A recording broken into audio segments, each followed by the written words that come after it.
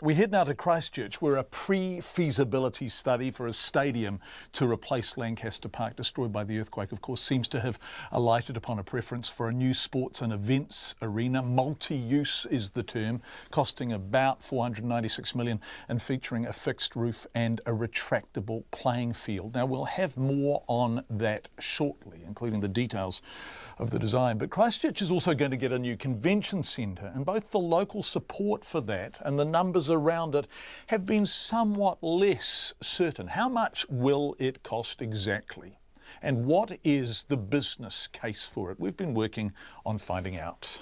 Now it's time to focus on getting the central business district here and the key projects in this part of the city up and moving. That's Bill English, August 10th, a fortnight ago tomorrow, holding a media conference on the Convention Centre building site in central Christchurch. A few minutes earlier, Ross Butler, the chairman of the Crown-owned company Otakaro, had proudly played tour guide. So here we have 150 metres both ways, lengthways and acrossways. It's a huge position within Christchurch. And Bill English was there to announce what was going on it. This is one of the largest projects here in the middle of the city, and I'm pleased to announce that CPB Contractors Limited have been awarded a $240 million contract to complete the design and the construction of the convention centre. The figure, as you heard, was $240 million. It was quickly picked up by the media, including us here on Checkpoint. We covered the announcement and that figure, as did Fairfax. Christchurch's $240 million convention centre set to be complete by early 2020. TVNZ. Contract for $240 million Christchurch convention and the government's own media team, who issued a release with that $240 million figure.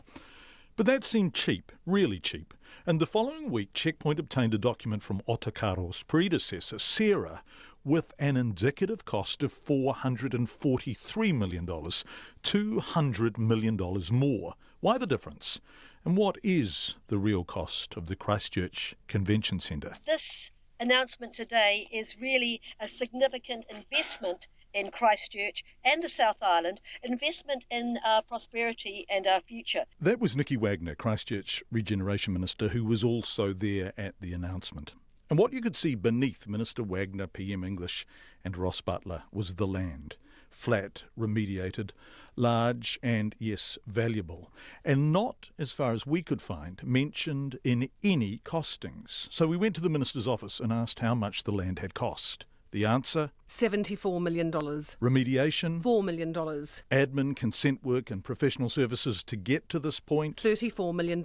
And all of that is over and above the $240 million figure. None of it was mentioned at the announcement. None of it was mentioned in the government statements on the centre. So we went back to the Minister's office.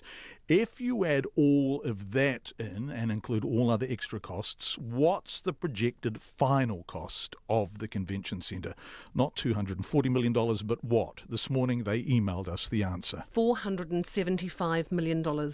That's twice the figure publicly available, which makes the economic case for the convention centre a higher bar to get over. So what is the economic case? Bill English. It's estimated that the economic benefit to Canterbury more broadly will be over $300 million over the next 8 years as we attract more tourists and convention goers to Christchurch and in particular to the middle of the city. Over $300 million over its first 8 years, which is what Nicky Wagner said in her media release from August 10. The direct economic benefit of the convention centre is estimated to be more than $320 million in the first 8 years. Which was elaborated on at the announcement. And you have to remember, of course, that tourists, particularly convention tourists, spend a lot more money than ordinary tourists. So we want these upmarket tourists here. Which sounds good, but where did the figure come from? A direct economic benefit of $320 million over the first 8 years. We asked for the Crown's business case, not yet available. So who came up with the $320 million figure? That, the Minister's office told us by email, was in the operator's business case. So who's the operator? Well, it's the hotel chain, Accor.